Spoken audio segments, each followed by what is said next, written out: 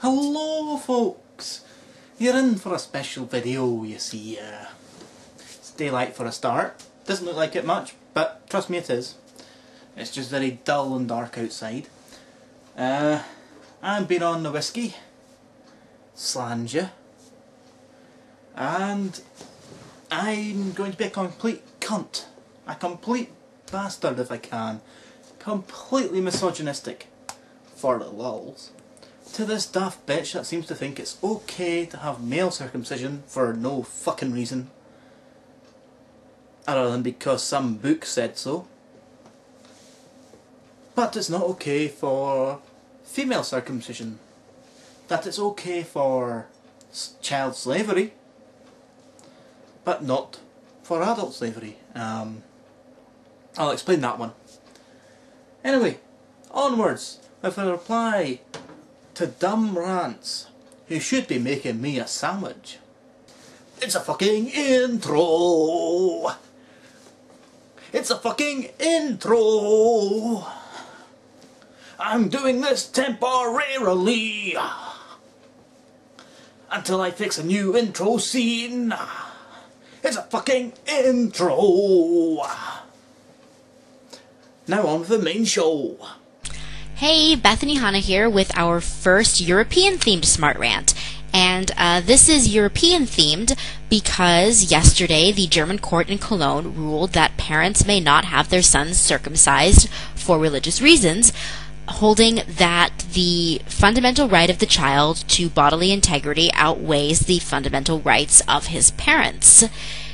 Now, while admittedly unfamiliar with the particulars of German law and the German legal system, I can say that from a policy perspective, this was definitely the wrong way to go. Of course it was, darling. I mean, everyone knows that sandwich makers like yourself know the absolute best way to go when making a sandwich. Excuse me while I take a wee dram. Isla Jura, nice stuff. Now, why is it the wrong policy, love? Could it be that, just perhaps, you don't care what happens to male bodies as long... Is that it? You don't care particularly that males are getting mutilated every year? Hundreds, if not thousands of males getting mutilated every year. Is that why? Are you frightened by the fact that someone's making a stand against this mutilation? Let's find out, shall we? Ruling that the fundamental rights of children outweigh those of their parents was misguided, if not completely nonsensical. Listen, darling, I don't want any lettuce on my ham sandwich. Just pure bacon, in fact. Make it bacon. That'll do. Crispy. Crispy like. Tomato sauce. All good. Butter to both sides of the bread, eh? Meanwhile, the big adults will talk. Now, you see, that wasn't the thing. It wasn't about kids having more rights than the adults.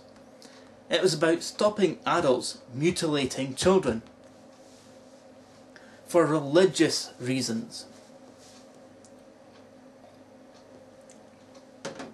That's what the law was for. Children have fewer rights, privileges, and responsibilities than adults, which means that the rights they do enjoy are subject to increased and more stringent limitations. Children can be required to go to school, to be vaccinated. They can be subject to government and parental imposed curfews, denied driving privileges, and prevented from purchasing whiskey. For a government to impose these kinds of restrictions on adults, though, would be a violation of their rights, potentially. And this makes sense. While I'm obviously unsure of the specifics on how this works in Germany, in most Western countries, generally children belong to their parents or they belong to the state. They are recognized as being less capable of taking care of themselves than adults, and as they have fewer responsibilities, they also enjoy fewer rights and freedoms. And there we have it, folks. You like slavery. After all, children are owned by their parents. Ownership is a major part of slavery. In fact, to be owned by someone would suggest that you're a slave of that person. Children are not slaves. Not in the Western world. Not since the 1800s, at least. For most parts. Here's the kicker. Children are not owned by their parents. They are raised by their parents. Parents have responsibilities towards those children. To raise them up socially. Raise them up without causing harm to those children. The harm being a major part of circumcision, because it does harm kids in the short term and the long term. You see, darling, while you're busy making sandwiches in the kitchen, most of us learn these things.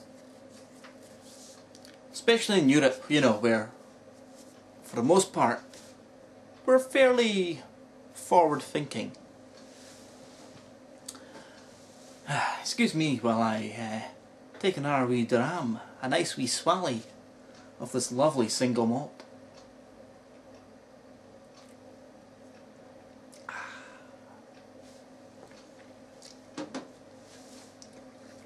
So where was I? Oh yeah. So far your argument is parents own their children like slaves, and thus children have no rights compared to what the parents have. Bullshit. Parents have responsibility to raise their kids without bodily harm or mental harm. And if they break those responsibilities, the kids are taken away and fostered off or adopted by other couples that will raise them responsibly to become a part of society. Hence why kids are required to go to school.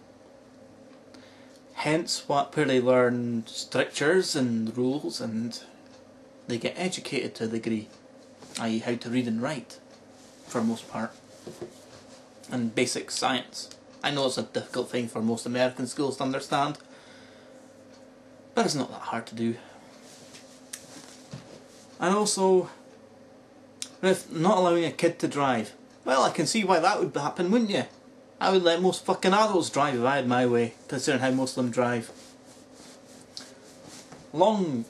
I look forward to the days where automated cars are the main thing. Thank fuck they're getting tested nowadays. Now, what else was there? Oh yes, whiskey. Yeah, because that's good for a wee bairn to fucking buy whiskey. Fuck it, whiskey does enough damage to my liver. And I don't even drink it that much. Never mind the wee bairns who's still developing. You see, that's your problem there. You presume that because the adult has responsibilities to bring up the child, that the child has no rights. And that's bullshit. Or the child has less rights and that is the way it should be. Bullshit. The right of the child is to survive childhood without getting bodily harmed by the parent or the keeper of the child. I've ranted enough. You done with that sandwich yet? That the court created a hierarchy of human rights, prioritizing the rights of children over their parents, is particularly dangerous given the court's other conclusion. Well, darling, that's where you're wrong. The court has not stated that children's rights are more than the parents' rights. That's not what the court has stated at all. What the court stated was that unless it's for medical reasons, then circumcision should not be happening at all. Religious reasons are not a good reason to get your fucking dick chopped in half. Trust me, it's not. There's several reasons why you wouldn't get your dick chopped off. I mean, the desensitization of the dick. You don't feel as much due to the forehead rubbing against the cloth all the time. Your dick desensitizes. Admittedly, it allows for longer sex periods, unless you can actually control yourself, like a certain rugged Scotsman can. But however, it does mean desensitization. You don't get as much feeling from sex as you would if you had your foreskin, because the foreskin protects the forehead. That's the point of it. It's there for protection. We'll get into the medical side in a bit when you get onto it, darling.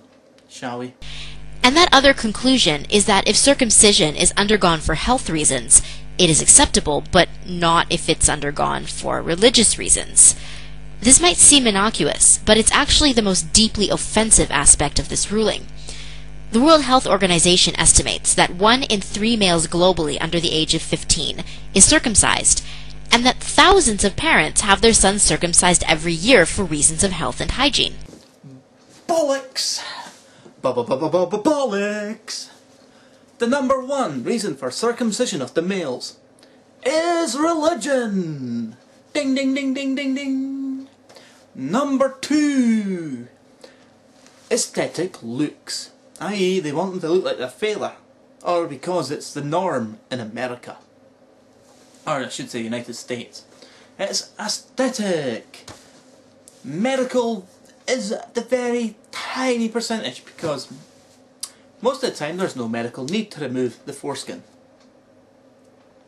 Except in very rare occasions. However, let's go on with your rant, shall we? I mean, it's taking you long enough to make me that bloody sandwich. The procedure is recognized as being safe and even beneficial for the future health of the child. By whom? Cite your sources, please. See, what the German court is really saying is that circumcision only causes grievous bodily harm when it is performed as part of a religious ceremony. No! When the court said that it's not going to allow circumcision unless it's for medical grounds, it's for any fucking reason. The reason it's done so much in America is because it's a fad. If it was done in Europe like that, there would still be a good reason to ban it, because it's fucking harmful to the child. Fuck's sake. It's not specifically about religion, it's just that religion is the main cause.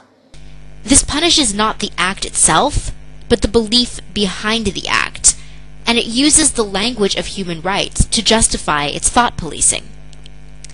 Now, the doctor at the center of this case had performed a circumcision on a 4-year-old Muslim boy at the request of his parents for religious reasons, after which he began bleeding heavily. Although 2 lower courts acquitted the doctor of the charge of causing grievous bodily harm, the higher court ruled against the parents' right to have their son circumcised in the first place. I wonder what the court would have said had the parents wanted to have their son circumcised in order to, say, reduce his risk of contracting HIV in the future. It would have been the same procedure, with possibly the same result, but I doubt the ruling would have been the same. And there we go, folks. Proof that this woman knows fuck all about circumcision and the health benefits, or lack thereof. Circumcision does not prevent HIV or AIDS. You know what does, darling? You may have seen these before. You're bonny enough to have condoms. That's one 99% way of preventing HIV and fucking AIDS. Removing the foreskin does fuck all, because it's about bodily fluid transition. I.e., I spunk into this girl, if I have AIDS, she's got it now. It won't matter if the fucking foreskin wrapper's off. And likewise, if I'm fucking this lassie, and she just so happens to have AIDS, the fluid transition fucking works both ways. I.e., if I'm fucking you and you have AIDS, and I'm not using one of these bad boys, I'm far fucking more likely to catch it, whether or not I have a foreskin. I want you to cite your sources for this, darling. This could have, and should have, been the German equivalent of a medical malpractice suit. If the doctor did his job in a way that caused grievous bodily harm through excessive bleeding, then perhaps his credentials should be examined.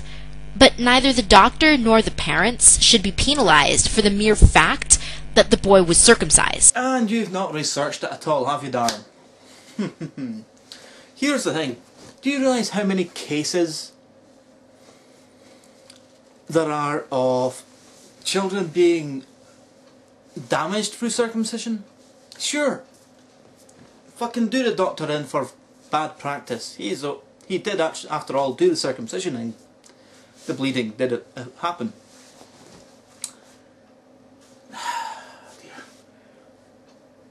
However, you can't blame it all on the doctor. It's the practice itself. I mean, would you be the same if it was female circumcision that was okay and male? Would you? I somehow doubt it. Tell you what, darling, I've got a nice scalpel in the back. You bring your next female child to me. I'll give you a good wee go, seeing as circumcision's okay on religious grounds. I mean, my religion is obviously going to be a case of all females must be circumcised. Oh yes. Yes, absolutely. Yeah. Aye, we'll see about that, darling. If the parents had justified the circumcision on the basis of health or hygiene, the case likely would not have even gone to trial. But the fact that it did means that the issue is not with the procedure itself, but with the reasons for undergoing it, and that the court would turn on its head a long-standing and well-understood legal distinction between the rights of adults and the rights of children speaks to the astonishing degree to which the court did in fact aim to restrict religious liberty. No, darling, it was all about medicine and about medical procedures. You see, the child kept on bleeding. The child could have bled to death. I mean, there's many babies that have done from circumcision. You haven't studied this at all, have you? Before making your wee smart rant. I've got to tell you, darling, do some more fucking research, For fuck's sake. There's plenty of deaths, etc. given by children. Deaths given by children. No, I meant to say, there's plenty of deaths recorded from circumcision. There's plenty of harm recorded from male circumcision. Why should it be okay just because some book says so? Some little book written 2 to 4,000 years ago. Well, it's a bit longer than 2,000 years, I suppose. It's the Old Testament after all. Okay, since Sumerian times. Why should that take precedence over what we can tell from observation from today's times? Fuck you and your fucking shite, your outdated views. Get to fuck. And I just want to add that I've been reading news articles where in the comment section people ask questions about female circumcision and try to draw comparisons. There is absolutely no parallel between circumcision and clitorectomy. Female genital mutilation, FGM, is not circumcision, and not because it happens to females. FGM not only has no benefits, but it also poses severe risks to the health and safety of women and young girls all over the developing world. Ah, yes. Finally we get to the female circumcision. And it is circumcision, darling, when you're removing the fucking hood of the clitoral hood. To do that is to remove the fucking excess skin which protects the hood, the clitoral area, which protects the clitoris. You do realise the foreskin is there to protect the fucking forehead of the male penis. It's the same fucking thing. I mean, the clitoral area, the clitoris, so to speak, is basically a tiny wee forehead.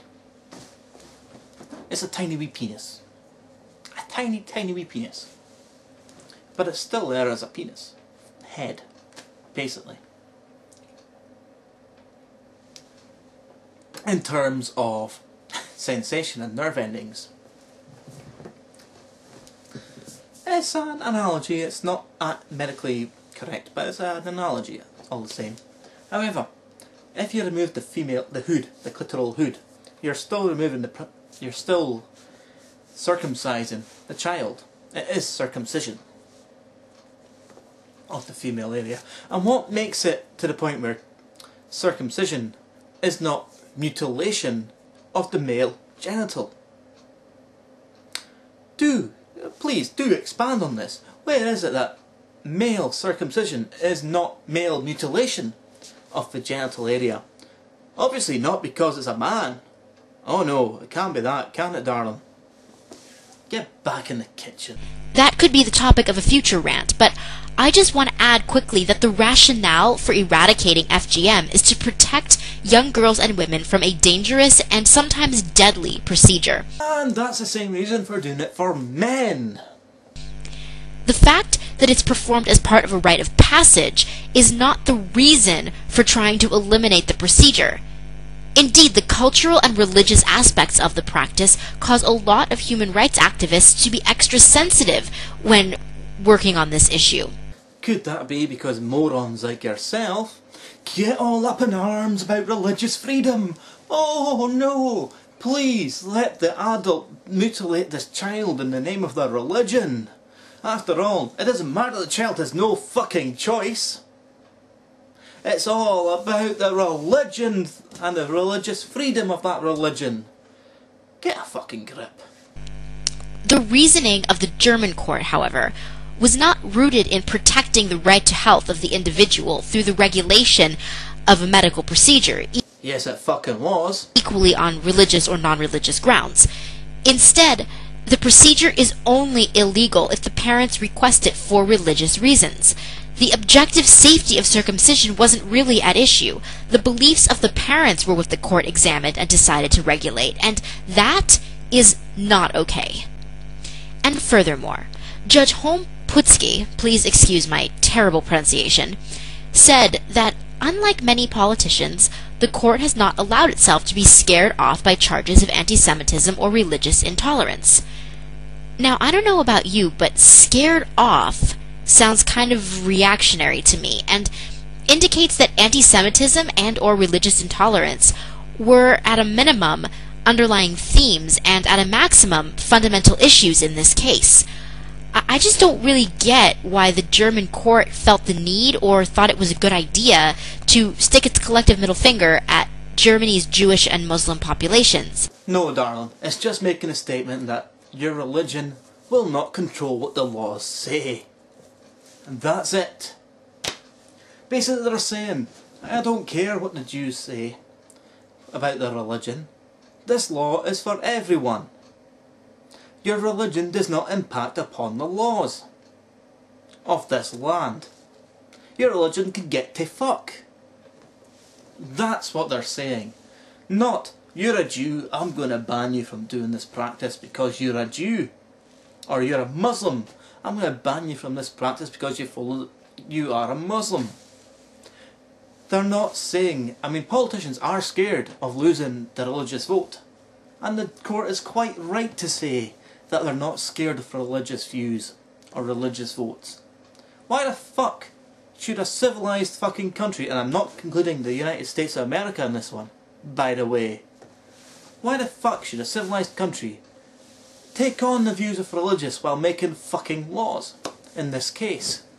Why should they make exceptions for certain religions, considering that female circumcision is illegal in most Western world countries, but it's part of quite a few religions that come from this Australasian area, the Australasian continent, and that sort of area.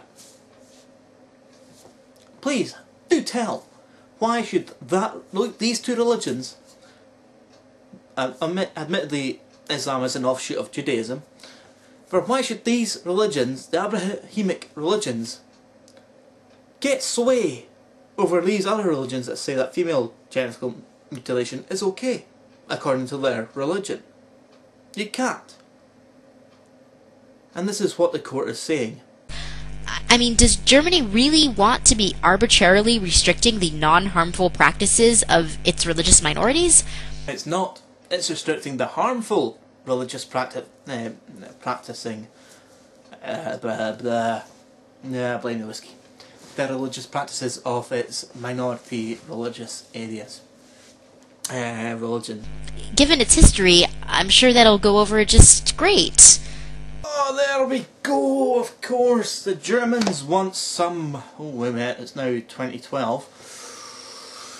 Some 70 odd years ago, they once burnt the Jews. The Holocaust, etc, etc, gassed, burned, whatever the fuck you want to do with them.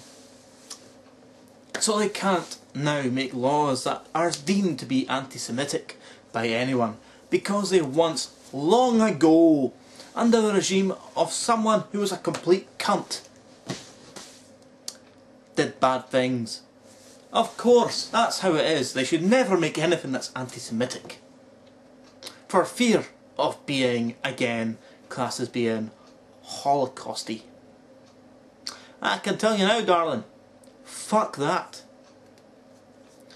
If you are going to mutilate a child, you should be put either in jail or have that child taken off you and fined a shitload so you are made unable to fucking live for the next 3 fucking years. Fuck you. Oh, and by the way, Dumbrants, if you're going to fucking do a rant, here's how you do it. From the top of your fucking head, not from a fucking script like you do. Fuck's sake, it's not a rant if it's scripted. Just to let you know.